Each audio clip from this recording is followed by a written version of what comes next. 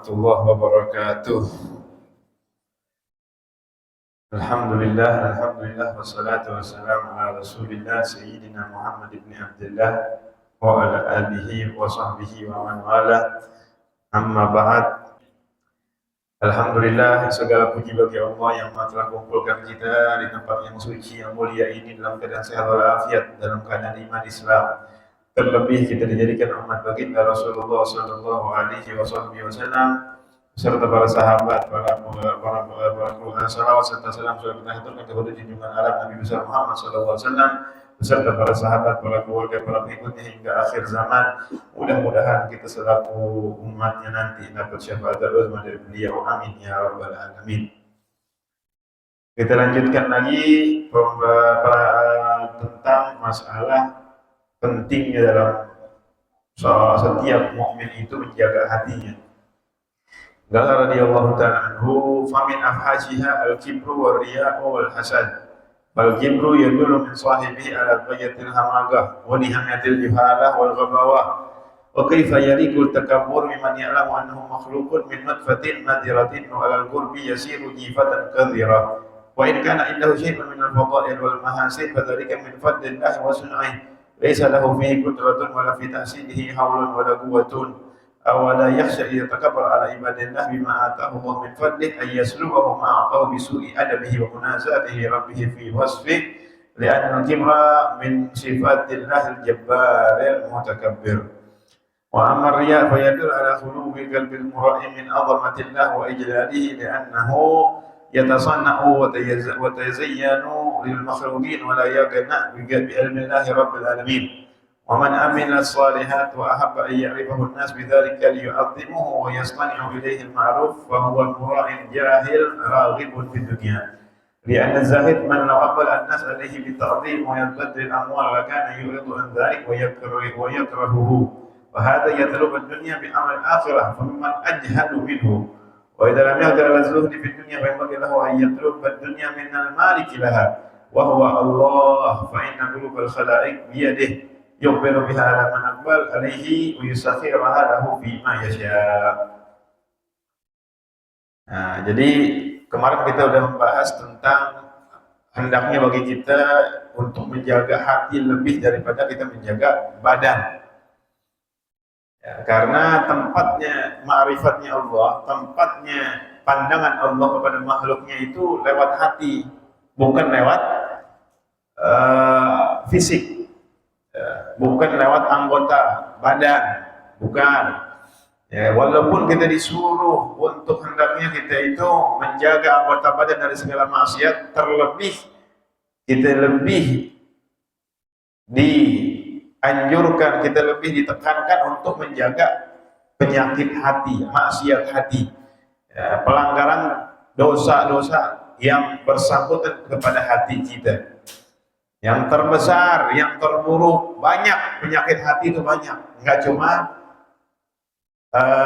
yang kita sebutkan nanti, banyak, tapi yang terburuk adalah al-kibr, sombong. Waria, yang kedua ria, beramal soleh, ingin dapat pujian orang, ingin dapat perhatian orang, bukan lillah, bukan ikhlas karena Allah. Yang ketiga al-hasad, iri, dengki terhadap nikmat yang Allah berikan kepada saudaranya yang lain. Nih, wah, ini maksiat hati, ini namanya dosa hati. Yang berkaitan dengan hati ini terbesar kibir, sombong. Ya, padahal banyak, ada juga nanti ujub, termasuk tuh penyakit hati, bangga diri, nggak ria. Kalau ria kan ditampakkan sama manusia, kalau ujub malah ngumpet sholatnya di rumah, tapi merasa saya hebat, saya ikhlas karena Allah, saya ibadah nggak ada kayak orang-orang ditampakin. Terserah orang lihat saya biasanya, padahal saya di dalam puasa Senin Kamis nggak ada yang tahu. Bangga sama dirinya, itu namanya ujub, termasuk penyakit hati. Nah, maka dikatakan Habib Abdul Haddad nih orang yang sombong, Pak, menunjukkan bahwa dia itu sebenarnya sebodoh-bodohnya orang kalau sombong. Ya, menandakan bahwa akalnya ini kurang, akalnya itu termasuk golongan orang bodoh kalau sombong. Kenapa begitu? Ya, karena nggak pantas sombong nggak pantas sombong orang yang tahu dirinya itu mulanya dari nutfah, dari maaf mani, ya kan dari situ kita munculnya. Tahu kita pelajarin namanya reproduksi manusia dari mani, maaf, tahu. Terus kita merasa sombong dan bakal nanti kita udah di dunia sampai kapan? Mau 100 tahun, 200 tahun bakal mati, Pak, bakal meninggal dunia. Jadinya apa kalau udah meninggal? Bangkai. Tahu kita udah sering nguburin orang, diangkat ya, ditiban kuburannya udah tulang belulang. Tahu permulaannya hal yang hina, nanti ujung-ujungnya jadi juga hina, bangkai. Terus sombong, bingung ini. Habib Abdullah Haddad bilang ini menandakan kebodohan yang sangat-sangat bodoh. Nihayatul jahala wal ghubara, udah kacau. Ya, kenapa tahu diri mestinya ya? Orang asalnya itu sesuatu yang hina, kok sok-sokan. Walaupun nih, wah saya tapi kerja, saya punya kegantengan, saya punya skill, saya punya kekuatan, saya punya menunjang, saya punya tinggi badan, kelebihan-kelebihan. Memang siapa yang ciptain? Memang siapa yang bikin itu semua? Kecuali Allah Subhanahu wa Ta'ala, tidak lain tidak bukan Allah Subhanahu wa Ta'ala. Yang ganteng, ya udah dari sana dia ganteng. Yang kurang ganteng, Allah kasih tubuhnya kuat. Yang nggak kuat-kuat banget, jarang sakit. Ya, nggak tahu, pokoknya kerja aja. Nggak kuat juga, maksudnya badannya sedang-sedang aja, nggak yang kokoh-kokoh kayak yang tadi. Muka nggak bagus, badan nggak kuat, tapi alhamdulillah kalau kerja mau malam pagi sampai pagi malam makannya Indomie mulu, tapi nggak sakit-sakit. Yang kuat, wah karena kuat menjaga makan, nggak makan sedikit, makan Indomie, tepar. Padahal badannya kuat, buat ngangkat-ngangkat kuat, wah kerja-kerja keras, lapangan kuat. Yang satu enggak, tapi nggak sakit-sakit. Kelebihan yang Allah kasih, bukan kemauan kita, bukan kita sendiri yang ciptain. Ya, nggak ada kita untuk menghasilkan itu semua daya atau upaya, nggak ada. Ya. Kita mau jadi orang kuat, jadi orang yang bisa kerja di lapangan, ya. Bang angkat, saya mau olahraga, saya bilang nggak bisa. Saya bisa kok kalau pakai nge-gym, ya saya bisa kok kalau saya latihan fitness, ya jadi tambah kuat. Ngangkat, wis 2 hari, 3 hari, 10 hari, sebulan, cedera punggung, pensiun, ya kan? Siapa yang mau? Allah sombong, sok-sokan, merasa nih kata Habib Abdullah Haddad nggak bisa kita menghasilkan dengan daya atau upaya. Kalau kita menghasilkan, tahu ya Allah, minta ya Allah, hamba pengen sehat, hamba pengen kuat, ngebantuin, nge-backingin, atau membantu orang-orang yang lemah dari kaum muslimin. Toh sahabat, para tabiin juga pada belajar, pada orang ulama-ulama juga pada fitness, pada nge-gym. Buat apa tuh? Ngebelain yang kurang kuat, yang lemah-lemah, bukan buat malah sombongin diri. Kasih cedera sama Allah, selesai. Cedera, kita bisa bikin cedera? Nggak bisa. Allah kalau ada mau ngasih, ya udah, walaupun cuman lagi ngangkat bener, cedera. Jadi kalau itu ada semua kelebihan, nanti dapat itu Allah sendiri juga. Ototnya kebentuk itu, kita ini kadang suka lupa. Makanya itu mesti tahu semuanya itu adalah dari Allah Subhanahu wa Ta'ala. Kebentuk otot siapa yang buat? Allah, bukannya karena saya olahraga. Berapa banyak orang yang nggak pakai olahraga ototnya jadi juga. Kuli-kuli bangunan lebih bagus, ototnya lebih kokoh, keren.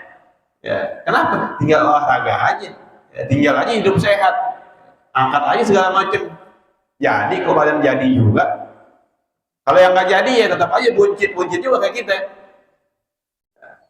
Model latihan 2 tahun jadi, nggak dirawat, buncit lagi ya. Lebih cepat buncitnya malah. Udah habis nge-gym 2 tahun jadi badan keker. Setahun aja nggak nge-gym lagi, selesai kan, balik lagi. Jadi jangan sampai sombong. Sombong adalah penyakit hati, maksiat hati. Kemarin udah dibahas bahwa jangan, kita mesti punya pegangan, mesti punya hijab, limit. Oh, kita juga sama orang muslim lain nggak boleh unek-unek, nggak boleh ada benci, nggak boleh ada pengen nipu-nipu, nggak boleh ada suudzon, prasangka buruk. Nasihatin yang benar dengan kasih sayang, ya, dengan alasan kita memang ngajak dia kepada kebaikan. Kesian, nggak arti ajak dia kebaikan itu kesian, karena masa iya saudara aneh nggak selamat nanti di akhirat. Kasih tahu kemarin. Nah, jangan kita sombong. Kalau sombong, nah itu sebab-sebab termasuk yang mencegah kita dapat kebaikan adalah sombong.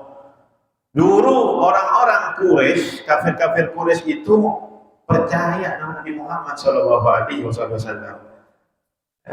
Nah, orang-orang Quraisy itu selalu mengeluh-elukan di kaum mereka seperti Muhammad. Ya.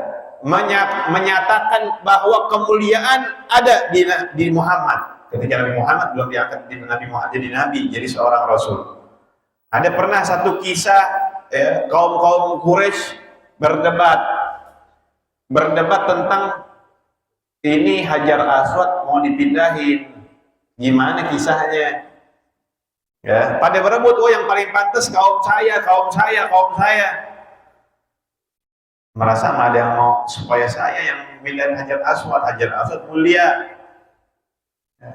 Saling berebut, akhirnya bikinlah sayembara atau musyawarah. Oh ya udah kalau gitu nanti kita bikin siapa aja orang yang duluan masuk masjid, ya, dialah yang memutuskan, dialah yang angkat Hajar Aswad. Ditungguin yang datang Nabi Muhammad SAW. Gimana reaksinya? Redo orang-orang kafir Quraisy. Kenapa ya Muhammad Al-Amin nggak salah sayembara musyawarah kita? Yang datang Muhammad Al-Amin. Udah deh, dia orang mulia, nggak apa-apa kita redo kalau dia yang pegang. Nabi Muhammad datang ditunjuk buat ngangkat Hajar Aswad, pindahin ke tempat semulanya. Akhirnya gimana? Nabi Muhammad terus tiba-tiba oke, terima dengan kebijaksanaan, ya, fitratun nubuwah. Kepinteran Nabi Muhammad bilang nggak usah saya pegang, saya pindahin, tapi tetap ente semua ada andilnya. Dibentangin tuh sorban dari berapa kabilah, megang setiap sorban ujung-ujungnya. Nabi Muhammad pindahin dengan tangan mulia ke sorban digotong, dipindahin ke tempat semula. Memang nggak salah kata orang Quraisy, kita milih Muhammad jadi redo. Bukan aja kita tadinya udah redo, walaupun Muhammad sendiri yang bawa. Cuman saking hebatnya Muhammad, memang kita nggak salah bikin kayak begitu. Saya pindahin, saya nggak perlu bawa, saya taruh, pegang semuanya biar seolah-olah semuanya ikut andil. Senang. Kalau sekarang tepuk tangan dengan keputusan Nabi Muhammad SAW. Tapi setelah Nabi Muhammad jadi nabi, diangkat jadi rasul, kesombongan yang muncul di orang-orang Quraisy. Padahal menyatakan nggak ada orang semulia Muhammad, nggak ada Al-Amin yang paling bijaksana, ya, nggak pernah ada kasus orang-orang turunan suci, bahkan penjaga Ka'bah sebelumnya Abdullah dan Abba, kakak-kakaknya Nabi Muhammad, Bani Hashim. Nggak redo, Bani Hashim miskin, lebih kaya saya. Muhammad mah penipu. Padahal dulu dia sendiri. Kenapa sombong? Masa iya kita nurut sama Muhammad lebih muda? Muhammad nggak pernah ikut campur. Ya, urusan kaum Quraisy kita dari dulu yang paling getol. Bani Hashim miskin, nggak bisa dia jamu tamu. sombong yang mencegah mereka menjadi dapatkan hidayah, nggak dapat iman. Makanya kita kalau sombong merasa saya udah ngerti ngomong begini, nggak usah, udah saya mau udah paham. Ya percuma, nggak bakal dapat itu hidayah, dapat iman, dapat ilmu, nggak bakal. Karena nggak bakal nyatu, kata Syekh Muhammad bin Abi Al-Maliki, nggak bakal nyatu ilmu dengan kesombongan di dalam satu dada manusia. Nggak bakal. Kalau udah sombong merasa saya udah tahu, ya udah, bakal jadi orang bodoh terus. Kenapa? Nggak bakal nyatu ilmu dengan kesombongan. Bahkan tadi Allah menyatakan bahwa itu tandanya orang yang sombong udah sebodoh-bodohnya orang. Ya, karena tahu dari mana dia berasal dan akan jadi apa dia nantinya, kok sombong. Apa nggak takut, kata Habib Abdullah, kalau kita merasa sombong terhadap apa yang diberikan sama Allah, berupa mungkin wajah yang bagus, tenaga yang kuat, harta yang lebih, pangkat yang tinggi, istri-istri atau mungkin yang soleh atau yang cakep, dikasih sama Allah, begitu terus sombong, nggak takut apa, kata Habib Abdullah, dicabut sama Allah. Ya. Sebab apa? Sebab jelek adabnya terhadap Allah, menentang Allah dengan kesombongannya, merasa berani mana? Ayo lo si jelek. Lo mana dilihat orang, nggak ada yang peduli sama lo. Kalau gua ngomong orang pada nurut. Sombong, ngelawan Allah, nggak takut dicabut emang sama Allah. Gampang Allah mau nyambut tadi, badan kuat ya sebentar jadi gendut. Yang mukanya bagus, na'udzubillah, masih kecelakaan, operasi, hancur batang rahangnya, hancur. Dan macam-macamnya, rezeki, harta yang banyak, habis, kebakaran. Rumah yang mewah sama, kebanjiran, roboh. Pangkat yang tinggi, kesalahan sedikit, dipecat. Atau mungkin jenderal, atau mungkin yang atasan bosnya, meninggal dunia, bangkrut. Mau buat apa ya? Jadi pangkat yang tinggi di perusahaan bangkrut.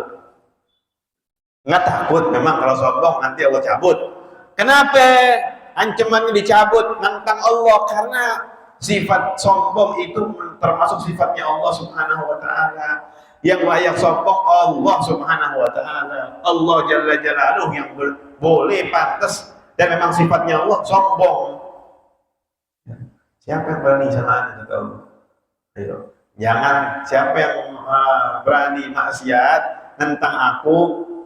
Kalau ulama bilang, gimana caranya supaya kita nggak maksiat tentang Allah?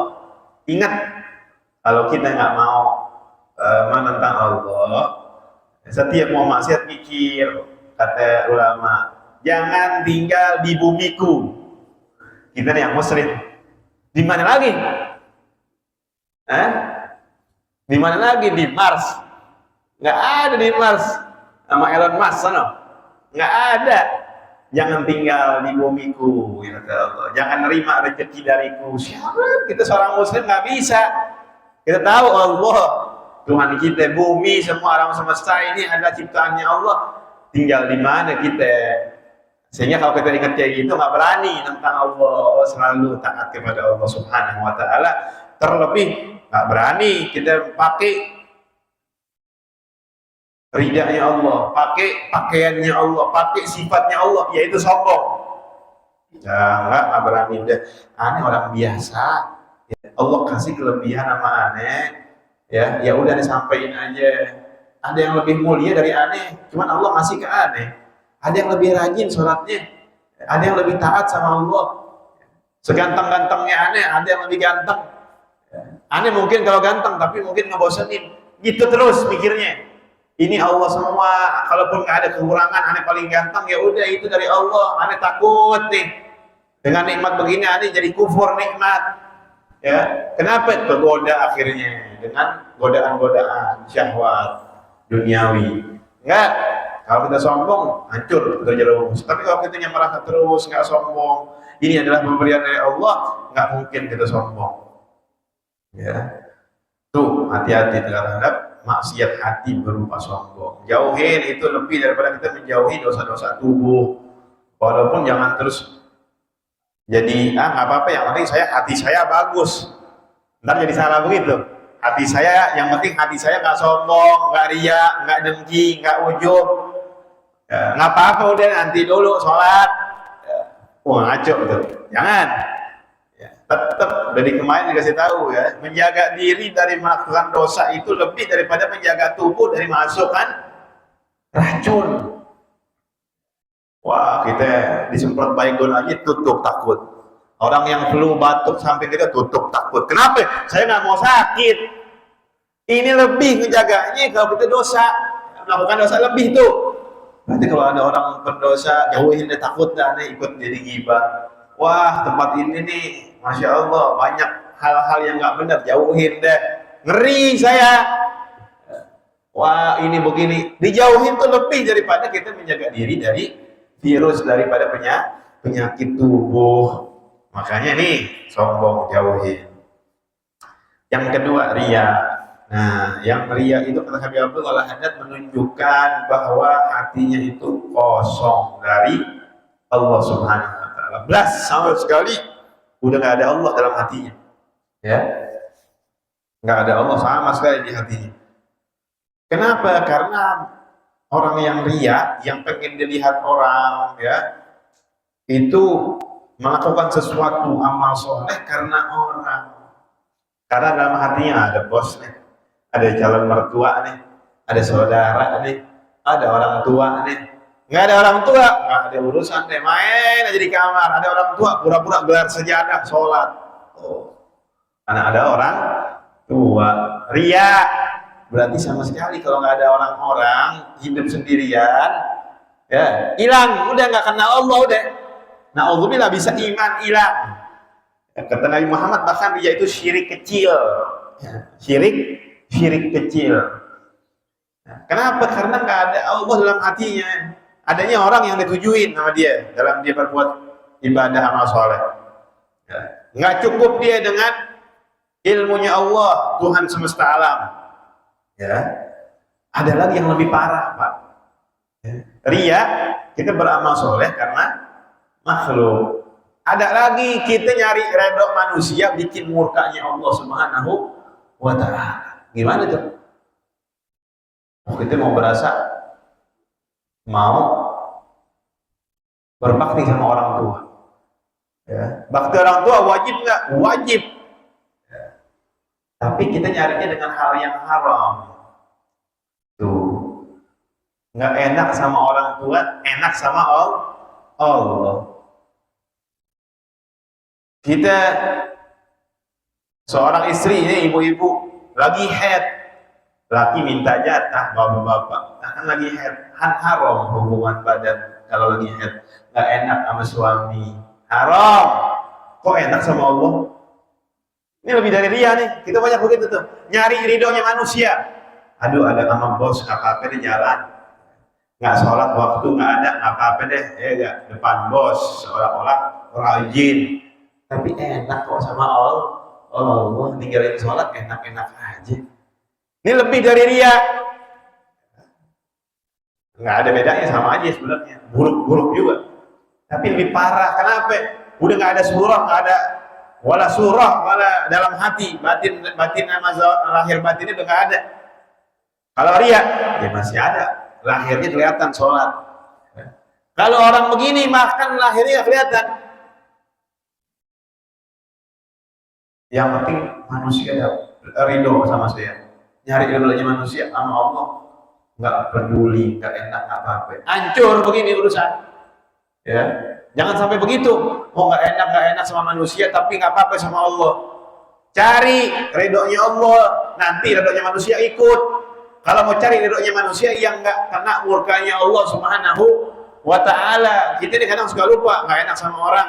Mau negor ini salahan, aduh nggak enak, ini orang hebat, nggak malu sama Allah. Tapi padahal Allah suruh nih kayak begini nggak boleh, di masjid begini-begini nggak boleh tuh ngomongin duniawi, nggak enak ya sama tetangga saya.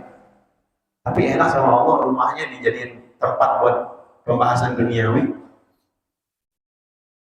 Nggak enak sama mertua, ya. Orang saya tahu mertua itu apa namanya, lembut sama anaknya, sama istri saya. Sekarang saya masa mau ngomelin dia keluar nggak pakai kerudung? Nggak enak lah, nggak enak sama mertua. Nggak enak sama orang, tapi sama Allah nggak takut. Nggak enak sama orang, tapi sama Allah berani. Ini hancur lebur orang kayak begini. Ya, ini yang sekarang banyak kejadian begitu tuh. Nyari ridhonya manusia sampai nggak peduli ridhonya Allah Subhanahu Wa Taala. Ya, aduh kayak ibu-ibu nih lagi kumpul, aduh ada ustaz, ada habib, ada saudara, ada yang ngerti agama, tutup kerudungan. Dia lewat, bukan lagi. Padahal yang lain masih ada laki-laki yang lain. Nggak enak, lebih nggak enak sama orang dibanding sama Allah. Nih, hati-hati.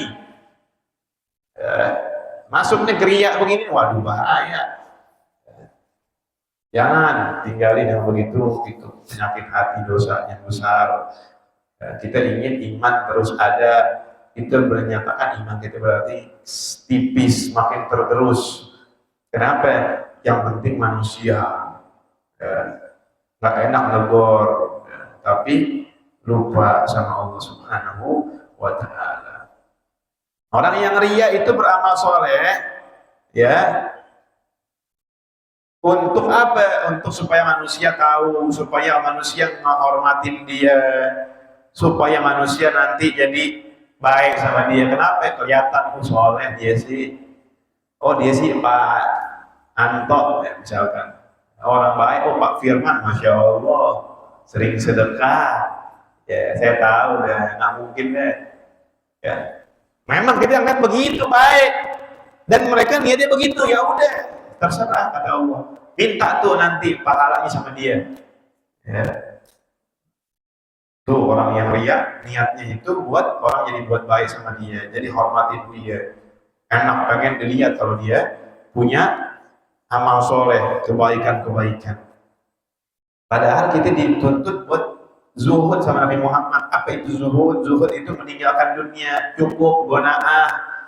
Ya, zuhud itu apa yang Allah kasih kita terima apa adanya, nggak minta yang lebih, cukup kebutuhan kita cukup udah, itu namanya zuhud. Ya, bahkan mempersempit diri, jangan mau kebawa hawa nafsu, tahan diri, ya, hidup ya segini aja, jangan terlalu bermewah-mewahan, jangan terlalu berlebih-lebihan, udah begini aja udah hidup. Zuhud dituntut sama Nabi Muhammad, dianjurkan orang hidup zuhud, seorang hamba yang mukmin. Ya. Nah orang yang zuhud itu kalau manusia pada nyamperin dia, orang zuhud pengennya hidup ya udah saya sendiri yang ngelakuin, ada apa-apa kerjain sendiri selagi saya mampu.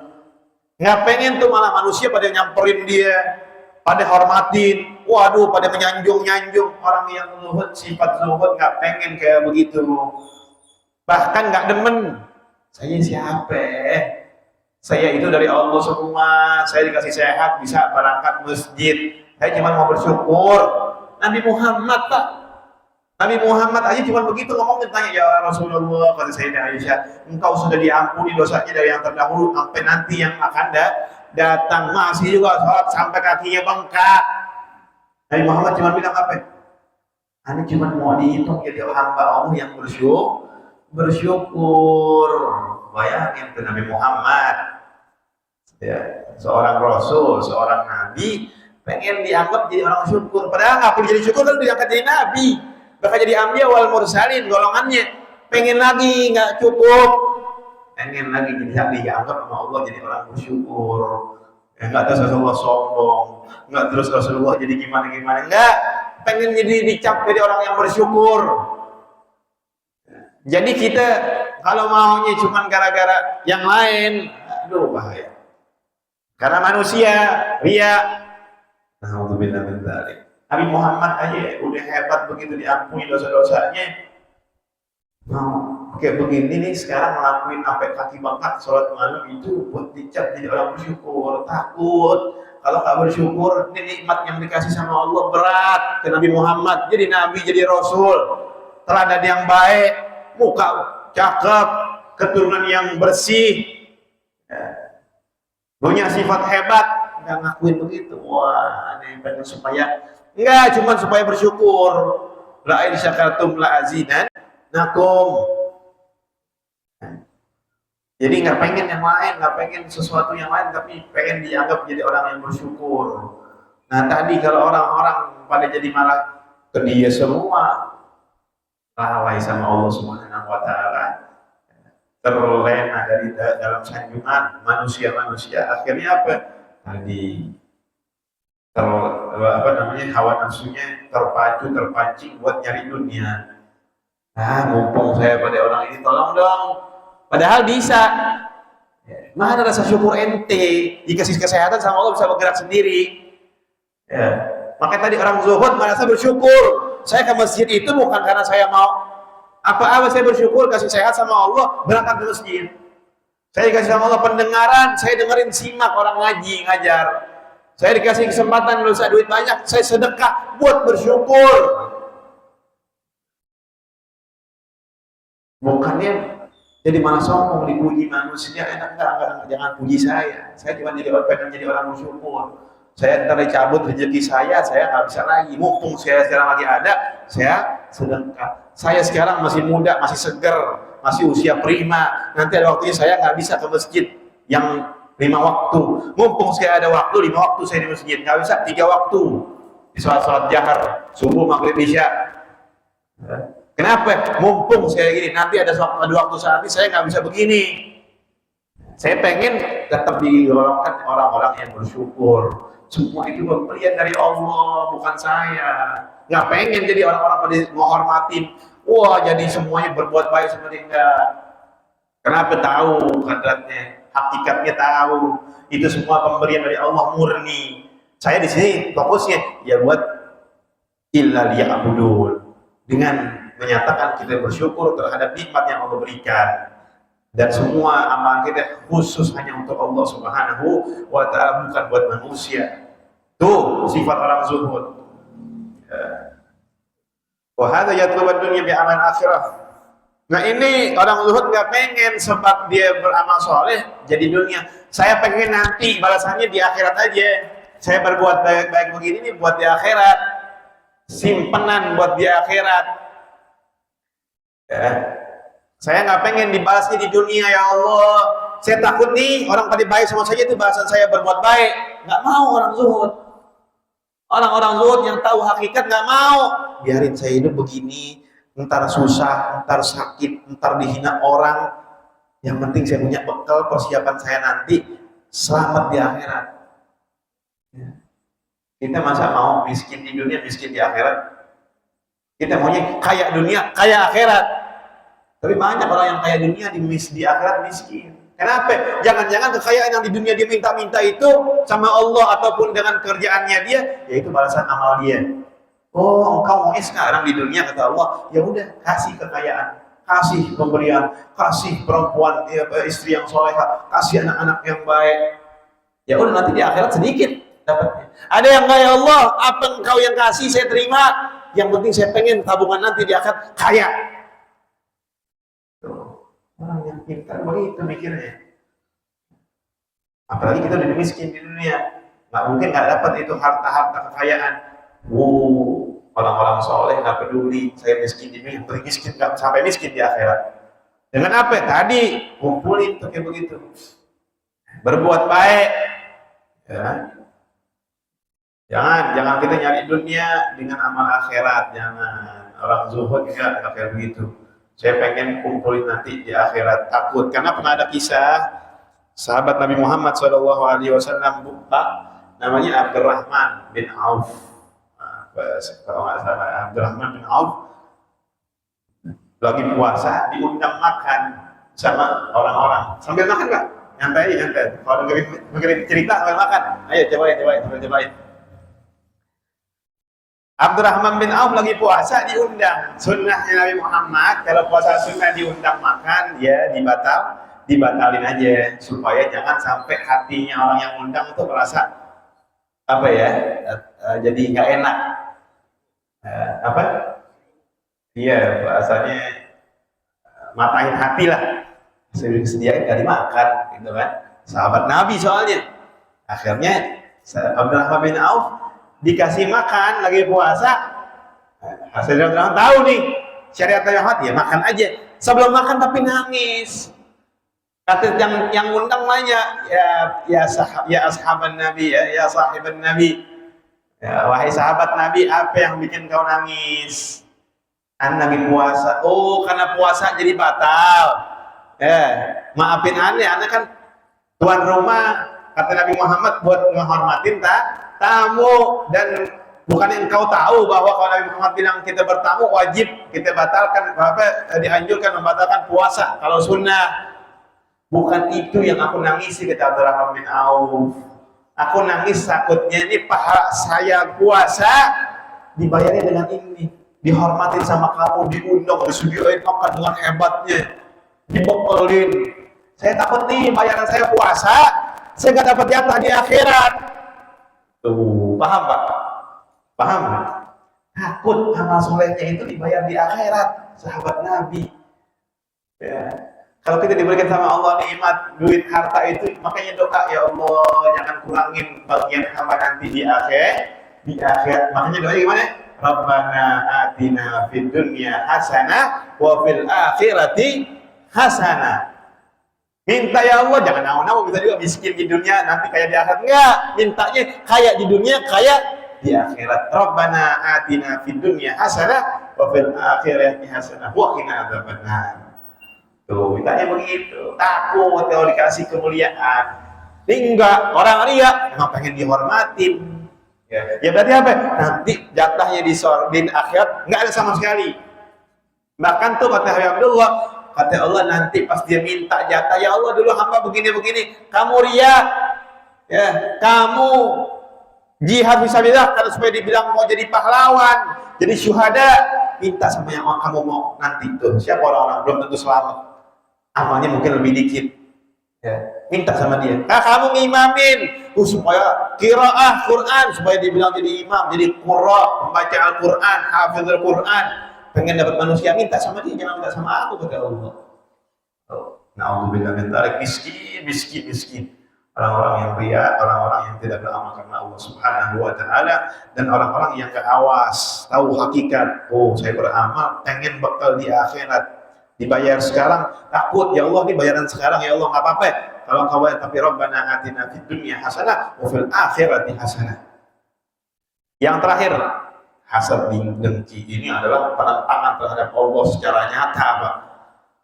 Nggak demen Allah ngasih temennya, tetangga punya mobil kesal aja, ngepet kali ya, fitnah. Oh, saya nggak pernah lihat dia kerja, dia sih ngejilat tuh sama angkat sama bosnya, saya tahu saya satu kerjaan. Dengki, bukan karena emang bener, dibuat-buat. Kenapa? Karena emang tuh penyakit hati yang namanya hasad, dengki, iri.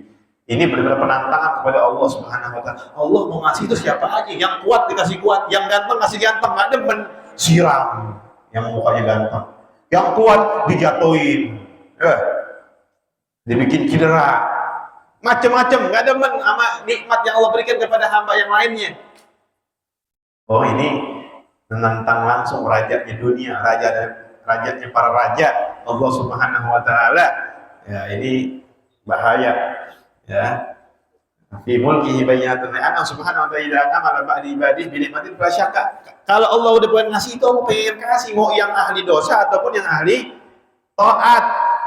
Nggak usah kita ganggu gugat kemauannya Allah Subhanahu wa taala. Ya. Allah milih dia, ya.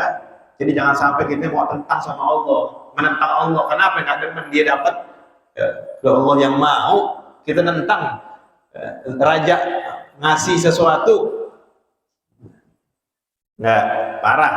Ya. Jadi terlalu udah menentang Allah, orang yang dengki. Udah ada waktunya nanti kita dibantu sama Allah, kita dapat bagian dari Allah. Sekarang dari dia orang, ya udah, kelebihannya dia pinter ngomong, ya, menarik, nggak bosenin, ya, berarti keunggulannya begitu.